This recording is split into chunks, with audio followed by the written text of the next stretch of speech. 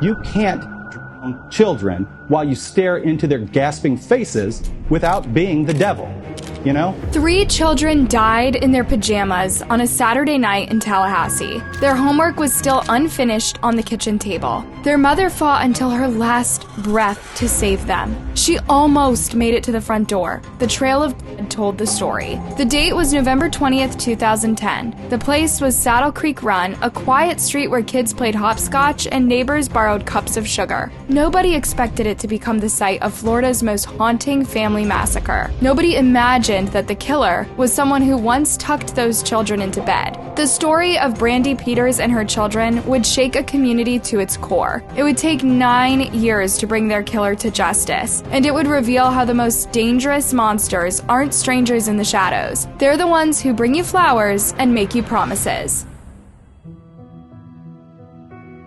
Picture the most normal street you've ever seen. You know, the one where Christmas lights stay up until March and kids leave their bikes sprawled across front lawns, and where the biggest drama is usually about whose dog keeps digging up whose garden. That was Saddle Creek Run, just a few minutes from the college vibes of Florida State and Florida A&M. The kind of place where you'd never expect to find a crime scene that made veteran cops break down and cry. It was a terrible scene, the worst I've ever seen in my life. But to really understand the horror of what went down that day in November in 2010, we need to meet Brandi Peters. Because to honor the victims in today's story, we need to meet them as people, not stats. Born on Valentine's Day in 1983 in Bainbridge, Georgia, Brandy was literally a gift of love, the baby of 8 siblings in a family that believed in lifting each other up. Life threw Brandy its first curveball when she was barely out of her teens. At 20, she found out she was pregnant with twins. The father, Antonio, was headed to prison, and suddenly Brandy was facing single motherhood with 2 babies on the way. But here's the thing about Brandy, she didn't just cope, she conquered. Instead of letting her circumstances define her, she turned her hairstyling passion into a full-blown business. Her living room became the go-to spot for anyone who wanted not just a new look, but a dose of Brandy's infectious optimism. Her clients didn't just come for the hairstyles, they came for her laugh, her wisdom, and her way of making everyone feel like family. At 27, she had a long list of steady clients who kept bringing more friends to her door.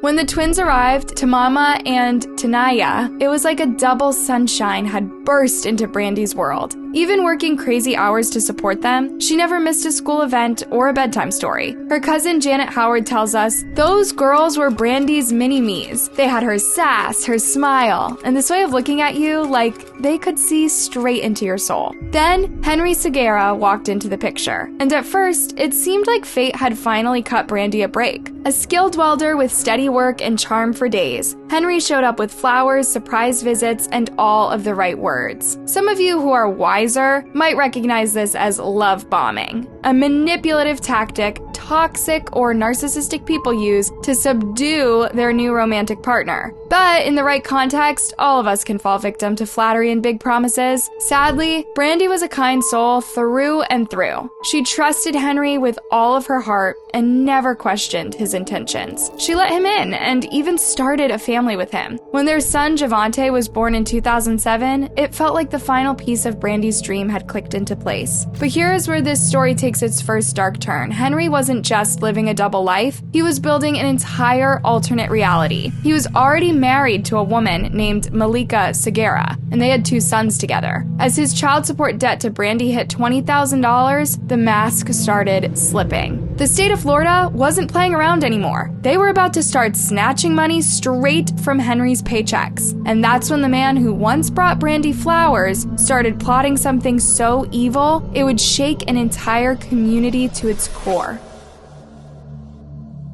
November 20th, 2010 started out like any other Saturday. Brandy was planning a Thanksgiving trip to Tampa. Her appointment book was packed with clients wanting holiday hairstyles, and her kids were just being kids, doing homework at the kitchen table, probably arguing about what movie to watch that night. When Brandy suddenly stopped answering her phone, everyone who knew her felt their stomach drop. This was a woman who treated her phone like a lifeline to her business. She answered faster than 911. Something was seriously wrong. So it wasn't long before her family requested a welfare check. If you ask them today, first responders still get choked up talking about what they found when they entered that house. This is Forensic Specialist Annie Pressey, ID 867.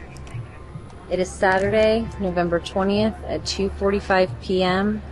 We obtained a search warrant.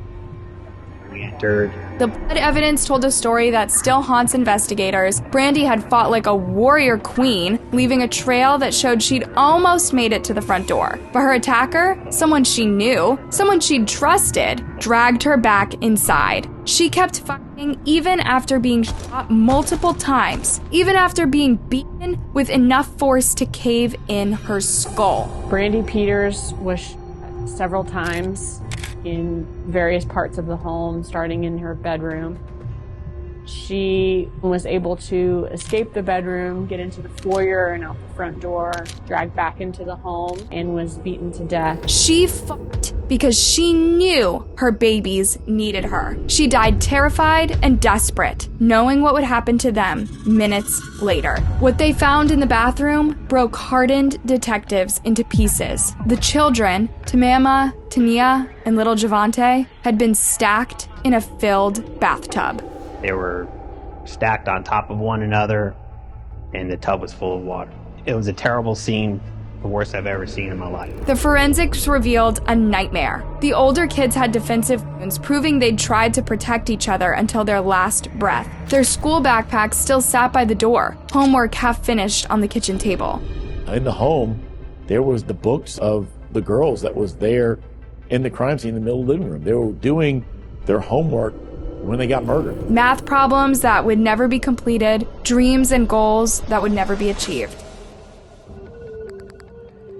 The investigation that followed would span 9 years. 9 long years and several plot twists, while what was left of Brandy's family was in shambles, losing hope by the minute. The first thing the detectives noticed was that there was no signs of forced entry, and Brandy was not the rich kind who would attract robbers. That told us either the victims knew the perpetrator and they were welcomed in, or the doors simply left unlocked. It wasn't long before detectives' eyes fell on Henry, the boyfriend with child support debt and a wife who was about to divorce him for starting a double family. Did she know you were married? She had no problems with that?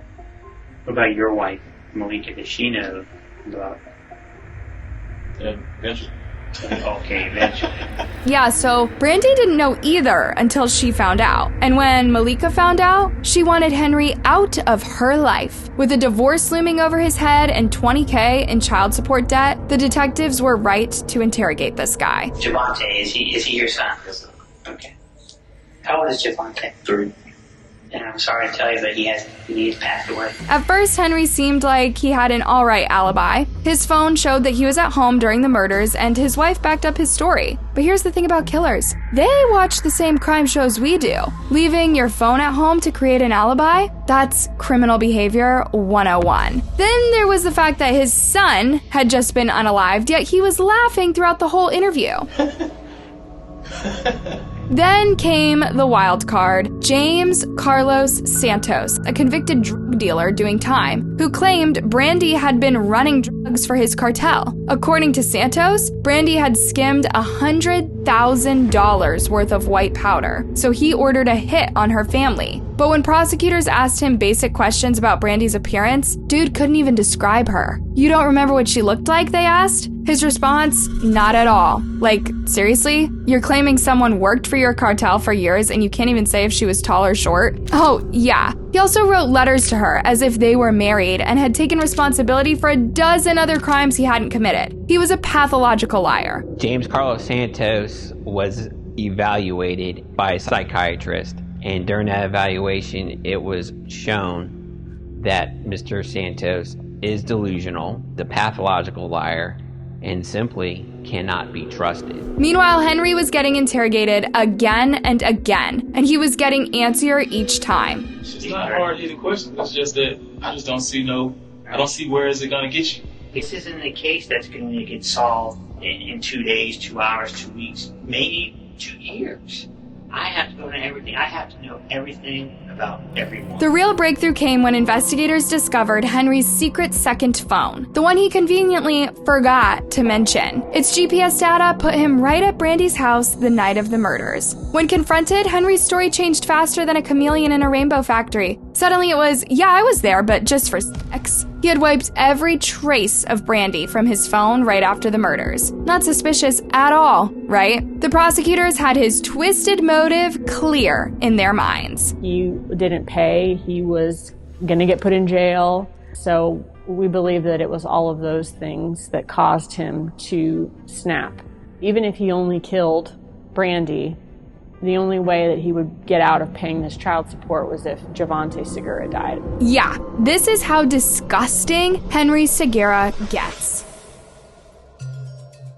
The first trial in 2017 ended in a hung jury with an 8-4 vote for acquittal. Although diagnosed as a pathological liar, James Santos was invited to testify, confusing the jury about which version to believe. Okay, and what was the nature of your relationship with Ms. Peters? She transported narcotics for me. Brandy's family was infuriated. Brandy was being portrayed as a no-good dealer, while her monster killer was walking free. But prosecutors weren't about to let this one slide. They found out something huge just 5 months before the murders. A DNA test had proven Javante was definitely Henry's son. But in his interrogations, he lied about not being sure about paternity and played it cool. Like Brandy didn't care if he paid or not. Now it was clear that Henry was lying through his teeth. The prosecution also uncovered witnesses who described how Henry would rage about Brandy demanding her child support money. One former coworker testified that Henry had asked about getting a gun just weeks before the murders. The second trial in 2019 was when Henry's whole facade crumbled. During cross-examination by prosecutor Sarah Duggan, he lost it. So you were lying to police. Obviously. Every time she caught him in a lie, and there were many, he'd get more agitated. The courtroom was in shock as he snapped at the judge. Yeah, the judge. So your testimony is that you told police in this case over the phone. Investigator Johnson. Wait a minute, don't interrupt her question, Mr. Skirt. Let her finish her question. She's asking the same question over and over. Be quiet. No, she's... Be quiet. Now. That display of temper, it gave jurors a front row seat to the rage that had taken 4 innocent lives. If he would react like that to a judge just saying, hey, wait for her to finish her question before you answer it, like how would he react to this woman who's trying to take his money for a child that she's taunting him about? And this wasn't about passion or drugs or any of the usual crime motives. This was about a man who decided murder was cheaper than child support. The evidence painted a cold picture. Henry had cut phone lines to make sure that no one could call for help. He'd picked a time when he thought only Brandy and Javante would be home. Their deaths would wipe out his child support debt in one go. You can't drown children while you stare into their gasping faces without being the devil, you know? Finding the twins wasn't part of his plan, but he couldn't leave witnesses. Those little girls who should have been at their grandmother's house that night died because they were in the wrong place at the wrong time. But the most chilling evidence, it came from Henry's jail calls with his wife Malika after his arrest. When she confronted him about all of his lies and affairs, he dropped this bomb. It's looking like I gave up my life for you. The prosecutors didn't need a written confession after that. Those words said it all. We, the jury, find the defendant is guilty of first-degree murder. The verdict came down like thunder. Guilty on all 4 counts of first-degree murder. When the judge handed down life without parole, one of Henry's relatives lost it, screaming and getting dragged out of the courtroom. But Brandy's family, they sat there in dignified silence, their tears saying more than screams ever could. It was surreal. Quite frankly, I can feel it right now. You get lightheaded, you think, holy crap, we did it. And of course, the sadness that the only reason you're there is because 4 people lost their lives. The thing about Saddle Creek Run today is that it looks pretty much the same as it did before the murders. Kids still ride their bikes, families still have cookouts, life goes on. But everyone who lives there knows evil doesn't always wear a monster mask. Sometimes it wears a wedding ring. Sometimes it helps with homework. Sometimes it lives right next door. Those dreams, a little girl's hope of healing people, another's love of dance, a little boy's excitement about school, they all died that night. Not because of drugs or gangs or any of the usual suspects in true crime stories. They died because one man decided that killing his family was easier than supporting them. The Peters family massacre is a wake-up call about DV, about financial abuse, about the warning signs we often miss until it's too late. When someone shows you who they are, whether it's by dodging child support, lying about their marriage, or raging about money, believe them the first time. When you drive down Saddle Creek Run today, you might notice a small memorial garden near where the Peters house once stood. Local kids keep it blooming year-round, and sometimes you'll see them leaving little treasures there. Hair ribbons for the twins, toy dinosaurs for Javante, fresh flowers for Brandy. It's a reminder that while evil may visit our most ordinary streets, love and memory are stronger than any act of violence. Brandy and her children may be gone, but their love story lives on, not just as a warning, but as a call to action. Because maybe, just maybe, by telling their story, we can help someone else write a different ending to theirs. Hey you guys, thanks for watching. Leave a comment down below and write similar cases you know of, and how to keep yourself safe from people like Henry. And before you go, make sure you like and subscribe. See you soon.